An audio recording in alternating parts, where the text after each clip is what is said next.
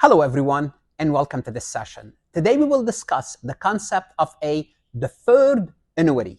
Before we begin, we have to assume that we are already familiar with the concept of present value of money and the term annuity.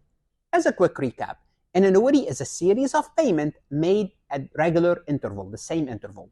Now, what does deferred mean? Simply put, deferred refers to delaying or postponing something to a later time.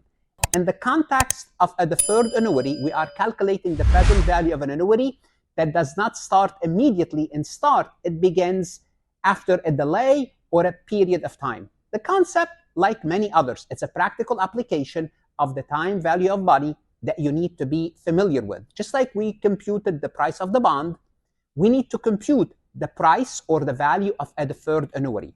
There's a lot of real world examples when it comes to deferred annuity.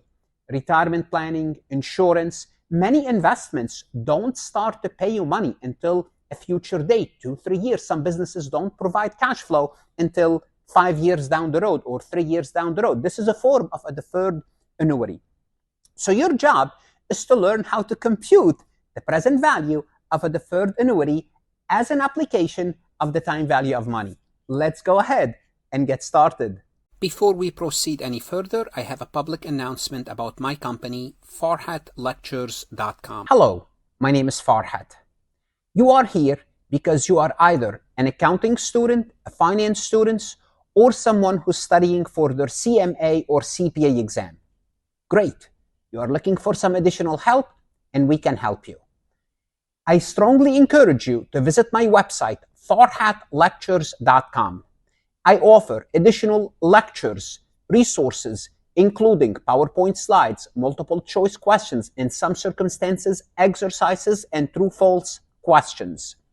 Our material is aligned with your CPA review courses, with your CMA review courses, with your college courses.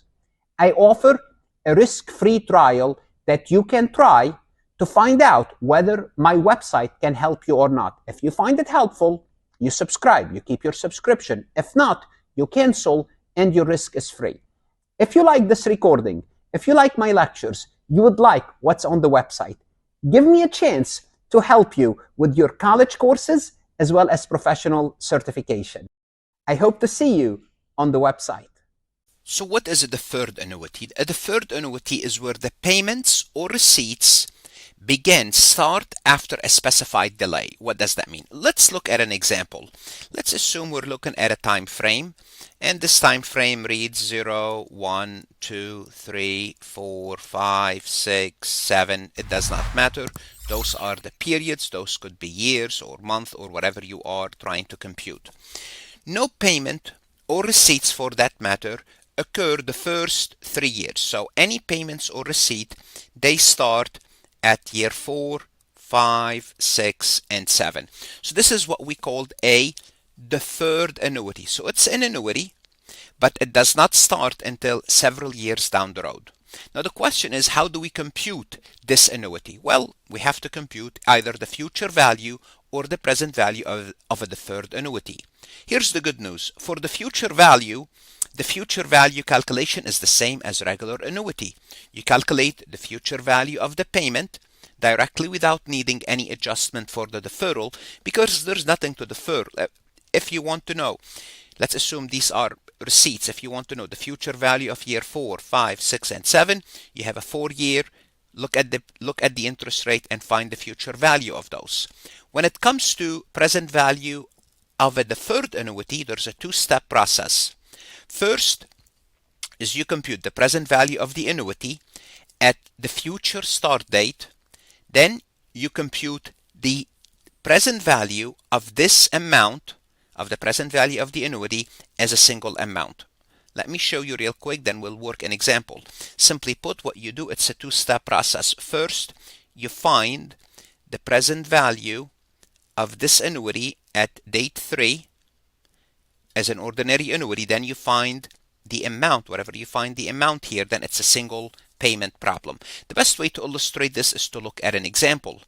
How much you should pay for an investment that will provide 6 annual payments of $5,000 starting 5 years from now if the interest rate is 8%. First, we're going to find the present value of the annuity at a future starting date. So start in year 5 and last for 6 years, year 5, 6, 7, 8, 9, and 10. So let's draw a timeline for this so we can see it on a timeline. This is 0, 1, 2, 3, 4, 5, 6, 7, 8, 9, and 10. So 1, 2, 3, 4, 5, 6, 7, 8, 9, and 10. And the payments don't start until year 5, so 5,000, 1, 2, 3, 4, 5, and 6. So this is what we are looking at. And so this is a regular annuity. What do? N equal to 6. We have 6 payments, and the interest rate is 8%. Pretty straightforward. N equal to 6, I equal to 8. So let's go N equal to 6, I equal to 8. We go down, and the factor is 4.623. So what we do is we take 5,000 times 4.6229 or 4.623 rounding. The present value of this annuity at this date is 23,114. So this is the present value of the annuity. Now we have to go from this point, we have to go from this point back to 0. From this point back to 0. Now, what do? Well, we're going to have to find the present value discounted year 4 back to the present value. Remember, you are going from year 4 because you are treating this as an ordinary annuity. So basically, let me change the 23,000 to here. 23,114. So the 23,114 sits here. This is the present value of an ordinary annuity. That's 6 payments at 8%. Now we have to go back 4 years, and we'll treat this as a single payment. N equal to 4, I equal to 8%. We go to the present value of a single payment, N equal to 4, I equal to 8%, and we'll find the factor 0.735. So we'll take the amount, 23,114 times 0.7350 will give us 16,989. So the present value of this annuity today is 16,989. It was a 2-step process. First, we find how much it's worth at year 4. Then we discount it from year 4 to the present value. Now, is this the only method to perform the computation? No. We do have another method to perform the computation. And what we'll do in this method, we can solve this problem by treating the deferred annuity as a 10-year annuity, then subtracting the first 4 years. How does it work? First, compute the present value of a 10-year annuity. N equal to 10, I equal to 8. So we'll treat it as N equal to 10, I equal to 8. Let's look at the factor for that. N equal to 10, I equal to 8, and the factor is 6.71. Well, the factor is 6.71. We'll take 5,000 times 6.7101 rounding will give us 33,550. Great. Then we subtract. Then we'll look at this computation as a 4-year annuity. N equal to 4, I equal to 8. Again, we're going to go. Now, N equal to 4. These are annuity tables. N equal present value of an annuity. I equal to 8, and the factor is 3.312. 3.312. Then we'll take 5,000 times 3.312. Now what we do, we'll take this number minus this number. We'll get to 16,990, which is the same as, let's go back here, 16,989, which is 16,990 rounding. Or rather than doing the numbers, what you can do is you can deduct the factors.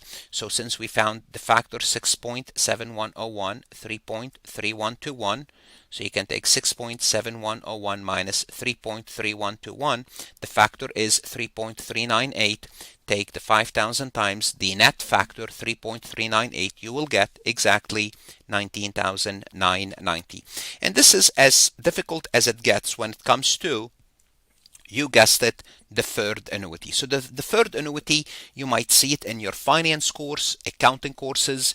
It's used in the real world because sometimes what you do is you make an investment and The payments or the receipts, usually if it's an investment today, the receipts don't start until several years down the road. It's very common. It's considered an advanced usage of the time value of money, but there it is. I believe I simplified, I explained the deferred annuity. What should you do now? Go to Farhat Lectures, look at additional resources, multiple choice, true false, additional resources that's going to help you do better, whether you are studying for your CPA exam, CMA exam, accounting courses, finance courses. Good luck and invest in yourself.